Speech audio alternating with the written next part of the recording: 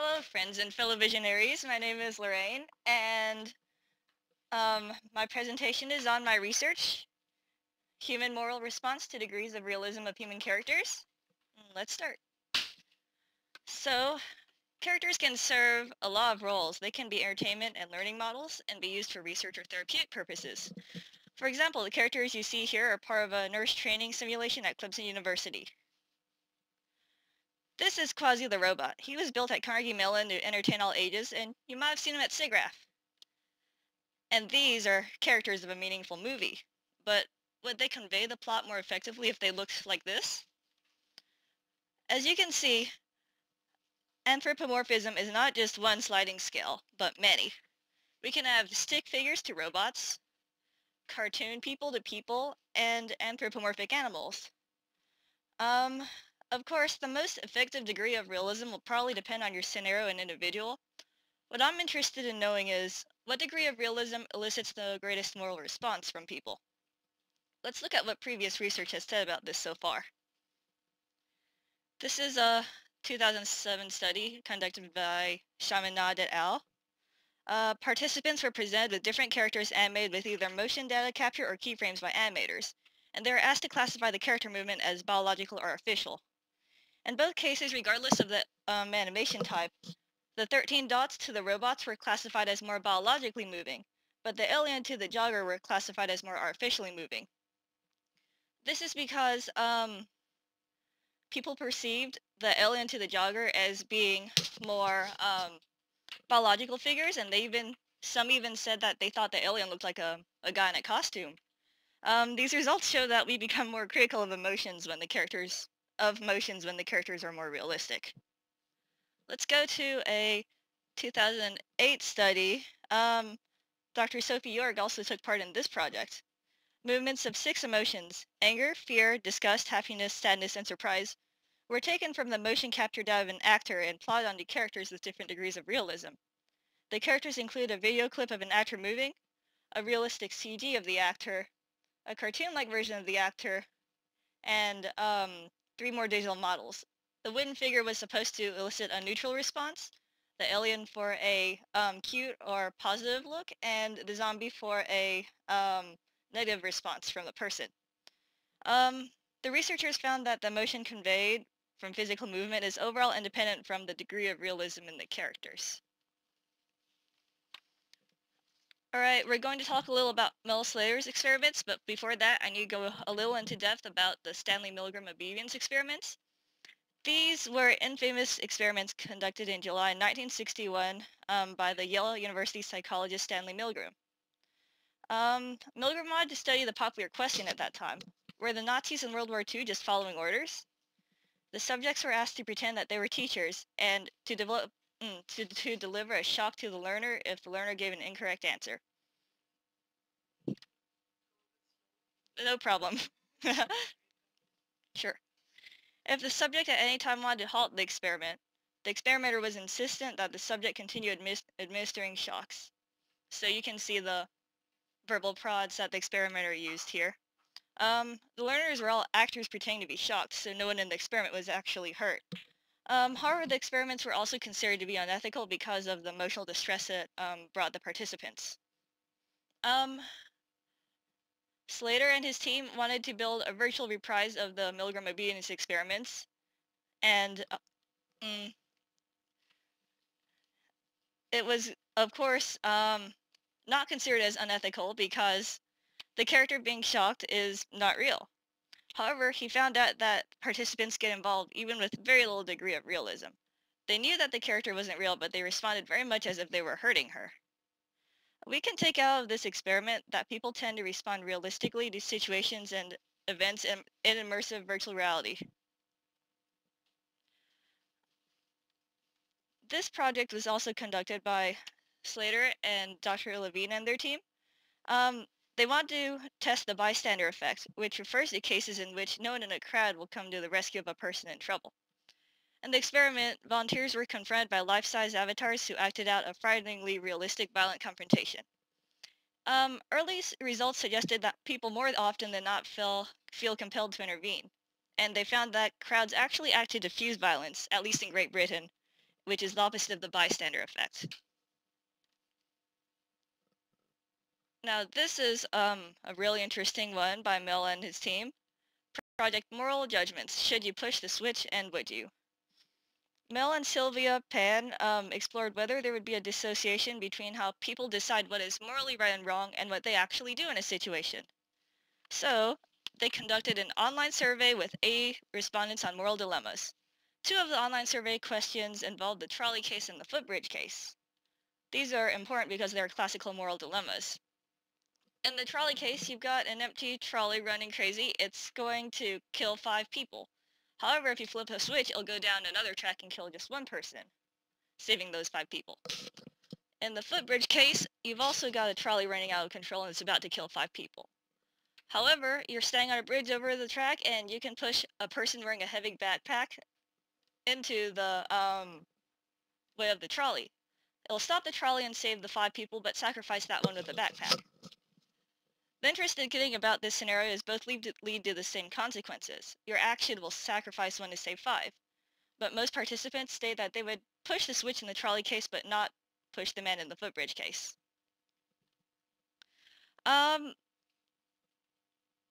Slater wanted to test this with virtual characters, but he couldn't do an exact replica of the trolley case because it's so commonly known. So his study was a 2 times 2 factorial in between groups design, and the different factors were whether the moral dilemma was an action or an emotion condition. This means whether you have to sacrifice 1 person to save 5, or save 5 by sacrificing 1 person. I'll explain this more in depth later. And the second factorial case was the VR platform. It was either on a normal desktop screen or in an immersive cave VR system. So participants were taught how to operate a virtual art gallery elevator with buttons, and then left on their own. 6 stick figure people would walk into the art gallery just to look around. Then 1 more would ride up the elevator and start shooting people. The results show that in general, the participants' responses in VR were consistent with the patterns from the online survey. However, results also showed that participants in the immersive VR condition differed from the desktop condition in 2 ways. The immersive condition subjects experienced more panic and made more mistakes in their immediate actions, and they were more likely to give a utilitarian answer, saving the greatest number of lives, in the post-experimental questionnaire. We can see more of these results in a bit of the paper I've shown here. I forgot to explain. What you're looking at right now is the action condition in which the subject would have to press the switch to send the gunman down to the 1st floor. The only difference between this and the omission condition is in the omission condition, the 5 innocents were standing on the 1st floor, and a single innocent was standing on the top floor, so you would have to press the button to send the gunman down to shoot the 5 people. So what you see here, let's take a look at table 3. AC and OC are the results from the online quiz. They found that in a moral dilemma, 84% of the survey takers would save the lives of many by endangering 1. And in OC, the omission condition, 40% of survey takers would do nothing, so the 1 would be killed and the 5 saved. Table 3 shows the initial button pressing, and you can see that only 33 to 44% of people actually push the button in the first couple of seconds. A couple of them were panicking and actually pressing buttons back and forth. Table 5 shows you that 44 to 67% of the people pushed buttons multiple times. Table 4 shows the final results. Overall, 78% of the action condition pushed the button to save the lives of 5, but sacrificed the 1. And 22% in the overall condition decided to not do anything to save the 5. All right.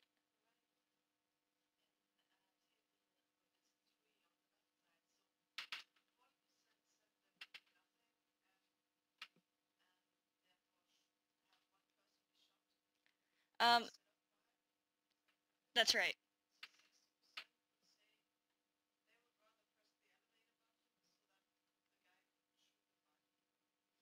Um, no, this was in the omission condition, which is separate from the other condition. I don't think that was a condition that was tested. Yeah.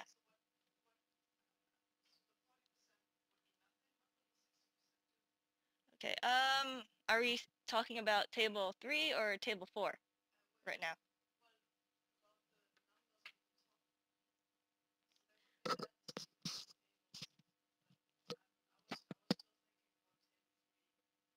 Oh, table 3 is the their initial reaction. Did they press the button at first? Oh yes, that's the online survey.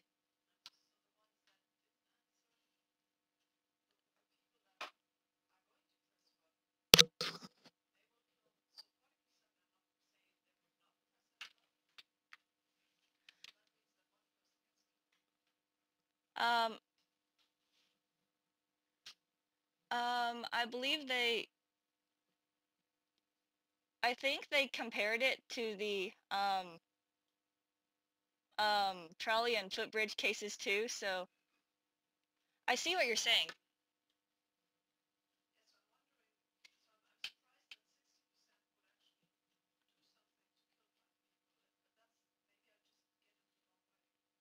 Yeah.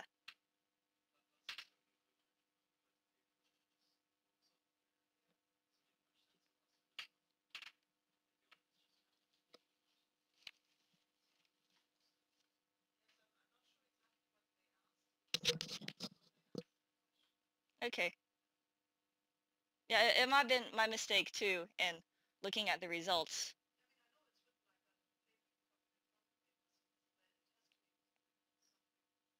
Yeah. I might have said it backwards. It might have been 40% in the omission condition that actually pressed the button to sacrifice them. So that's my fault for going through it so fast.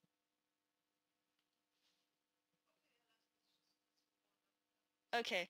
Okay, sorry about that. Um, let's move on to a experiment in 2013 on human tails, the ownership and control of extended humanoid avatars. In this experiment by Steptoe, Steed, and Slater, 32 subjects were given an artificial tail in a virtual environment. Half of them had a tail that moved randomly, and the other half could control the tail by moving their hips in a certain direction. The participants with controllable tails performed better in a minigame of blocking green particle beams that were fired at them. This shows that people are able to quickly learn how to remap new body parts in order to control virtual bodies that differ from them. Subjects with more control were more likely to protect their own tail from threat. The experimenter tested this. This is the minigame that had to do, by the way, blocking the green beams. The experimenter tested how much the subjects considered the tail a part of their body by setting the tail on fire and then having the fire slowly advance towards the human body before it burned too. Yeah.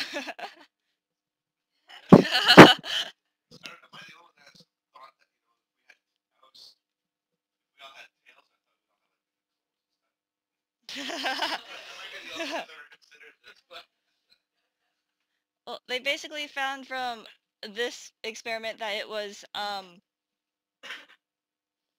that humans pretty quickly figure out how to map extended body parts onto their own bodies, and this could be useful for future avatars.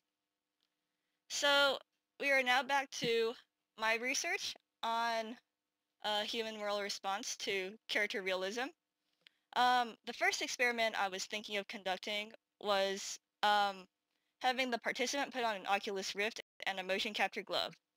The participant will be able to control one of the 4 models of hands that can be switched out in the VR environment. A real hand, a cartoon hand, a hand that's somewhere in the middle, and a zombie hand. The subject will be asked to move the hand around and move or toss away objects in a small minigame. I was thinking we could use Ducky from the DPA labs as the objects. I also figured at the end we could test the subject's attachment to the hand by setting the virtual hand on fire, or asking the participant to hold still while the virtual hand is being stabbed, or other things that would cause pain. My second idea for an experiment would have to come later down the line, and it would be exploring the trolley case and the footbridge case with different degrees of realism in characters. We could see if there is more investment, such as hesitation to pull the switch or push a character, depending on the types of characters involved. This is still very much a work in progress, since I wouldn't be able to use a train or a trolley, since people are familiar with that. That is the end of my presentation. If anybody has any questions, comments, or final words, I'd love to hear them. I'm sorry about the confusion earlier. I got what you meant, like, at the last moment. So, were you at SAP this year? Where am I, what? At SAP. Oh,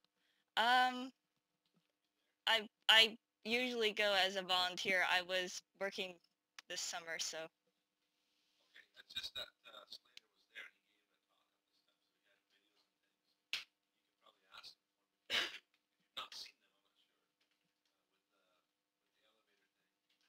If you go back to some ideas when I started discussing. Oh, I'd love to hear them. For the hand, go back one more. Okay. I don't remember whether Slater showed this, but one experiment you could do with the hand thing is the realism of the hand was there's a famous experiment where this is body hand or something.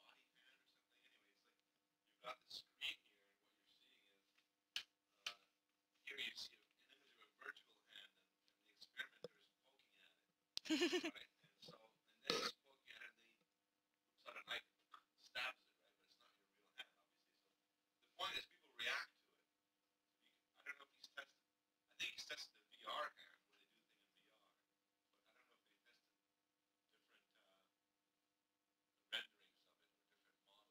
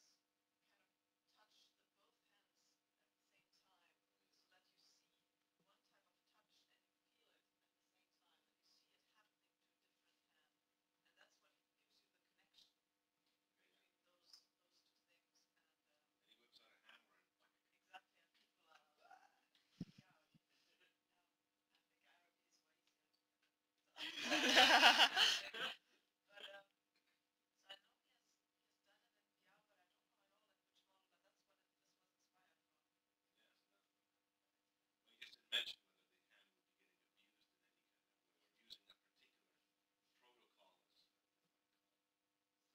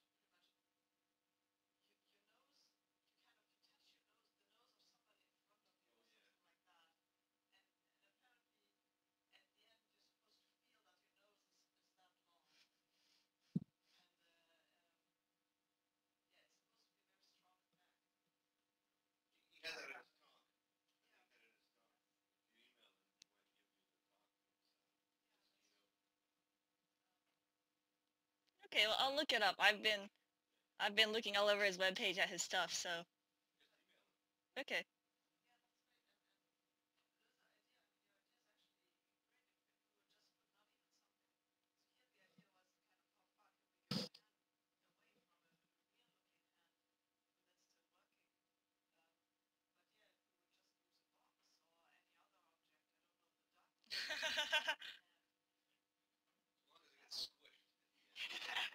So maybe you could do this and the duck would open and close its mouth and squeak, and then it would.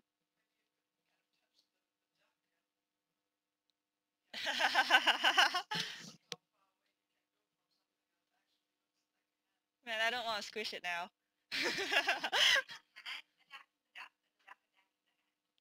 I was thinking that we could, with the motion capture gloves, you would be controlling a hand and you could pick up the duck and move it.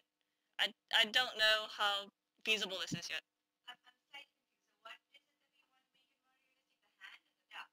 Oh, the hand. Okay.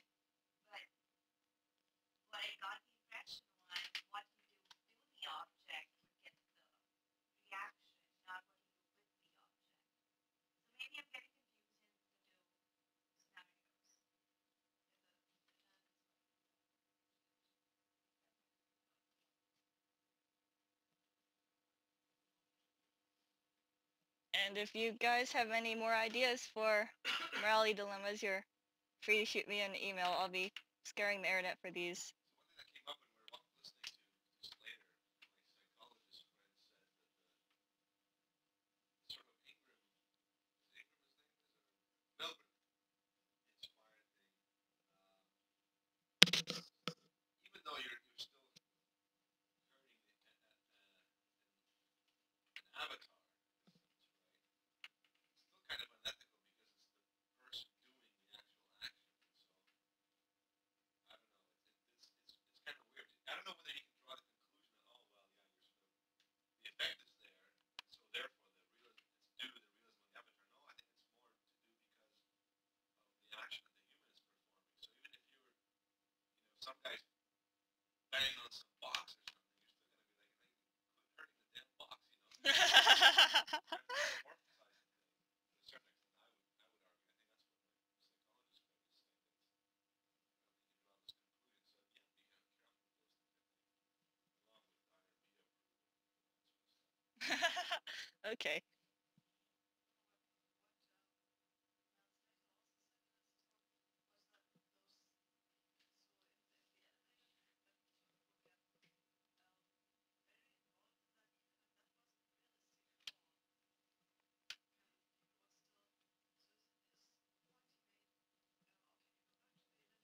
Sure.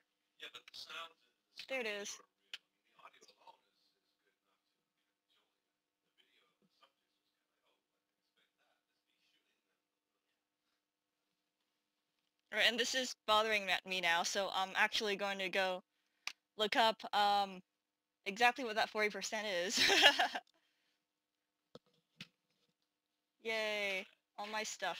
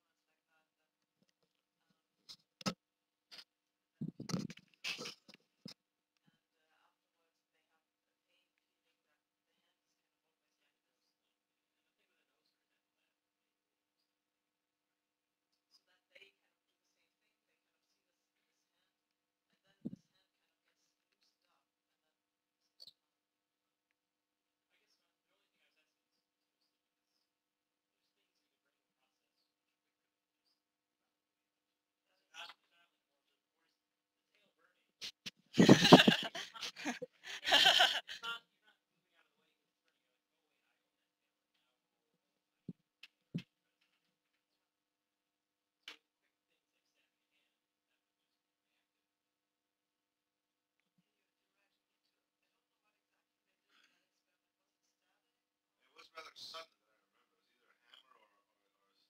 It was either a hammer or a stabbing. It wasn't expected. I think there is an interesting aspect of this joke thing, but why not alter the experiment and have like a slow drill press? So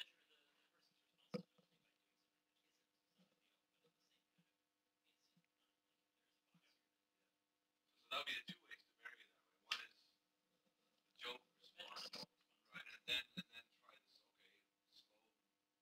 this slow action on the hands.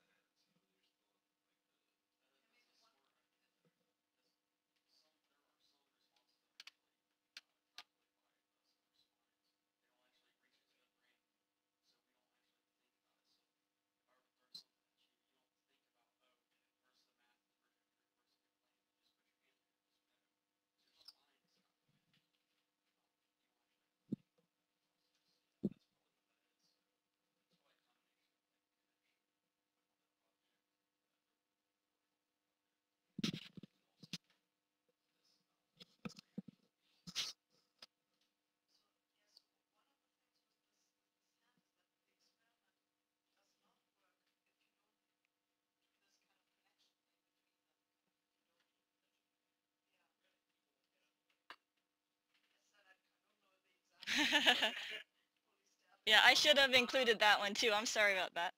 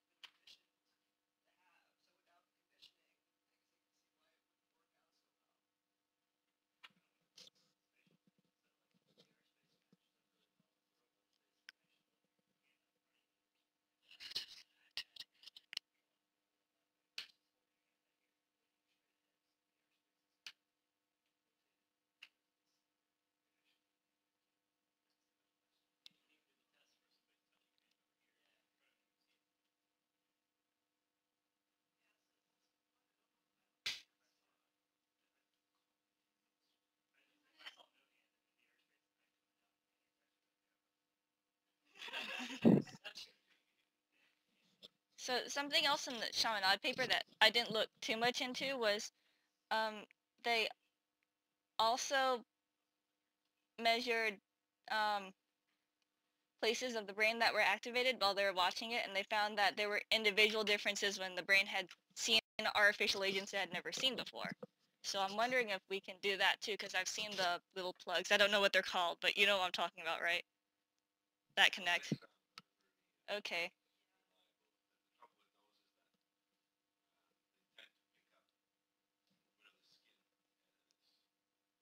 I personally, I don't really trust them. Like, a lot of people think you get the BCI, brain control interface, whatever they call it. I don't know whether. One demo I saw of one guy, he was like, okay, I know. You're recording my brain, but as soon as he smiled or something, these things lit up. So I don't know. I'd say approach with caution. Okay.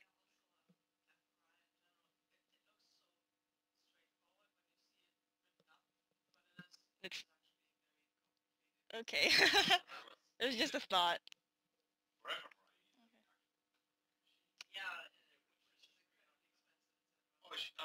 What's up? The cap they put on like the brain control interface type thing. That's for like $400. Yeah, yeah, that's what it's all based on. But I just don't. I don't know whether it's actually measuring brain waves or not. They purports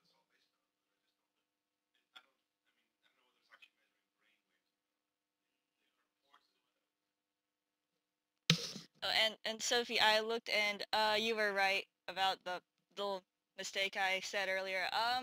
The LO, the 40%, that was a question where um, if you answered yes, you would kill 5 but save 1, and 40% of people would kill the 5 and save the 1. So 60% of them would prefer to not do anything and actually save those 5.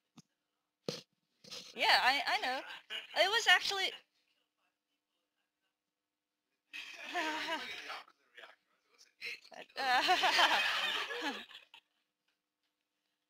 Well, I mean, this was a small pilot study, but they found even in the pilot study, like, this survey said 40% of them would do that, but only 22% of them actually killed the 5 people by pressing the button. So, faith in humanity. Yeah.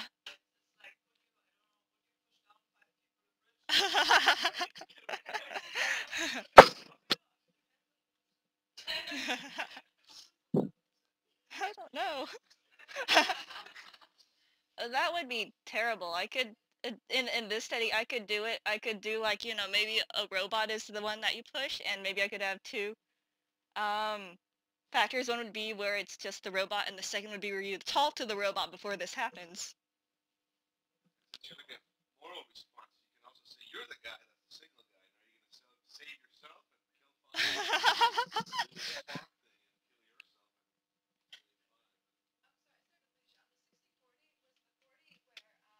Let me go look it up again.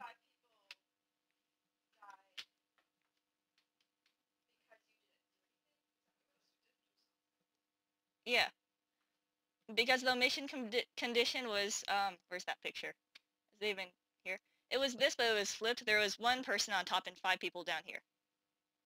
So the gunman would still enter at the same place. He'd start shooting that 1 person. And in the survey, 40% said they would push the button and have him go down and shoot the 5.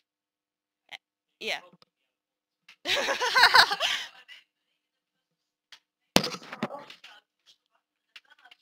Push it again.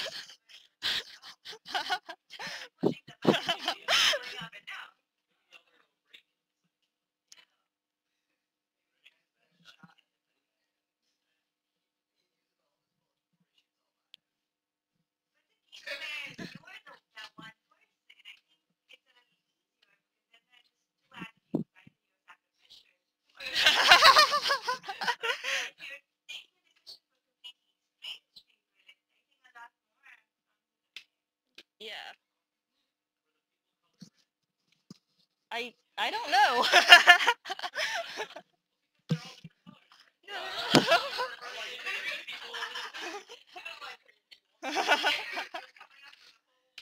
Oh my gosh.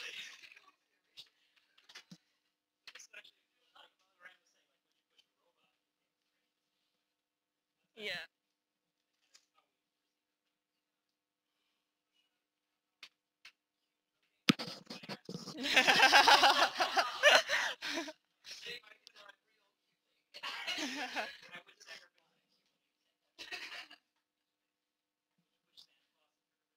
Oh my gosh.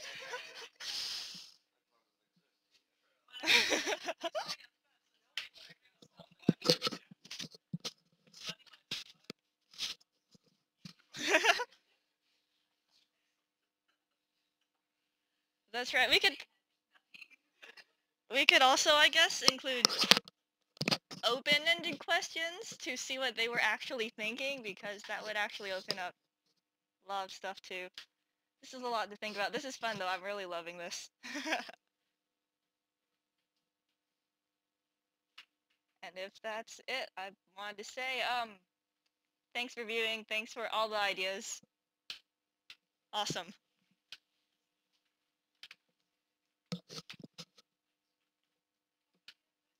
Yay.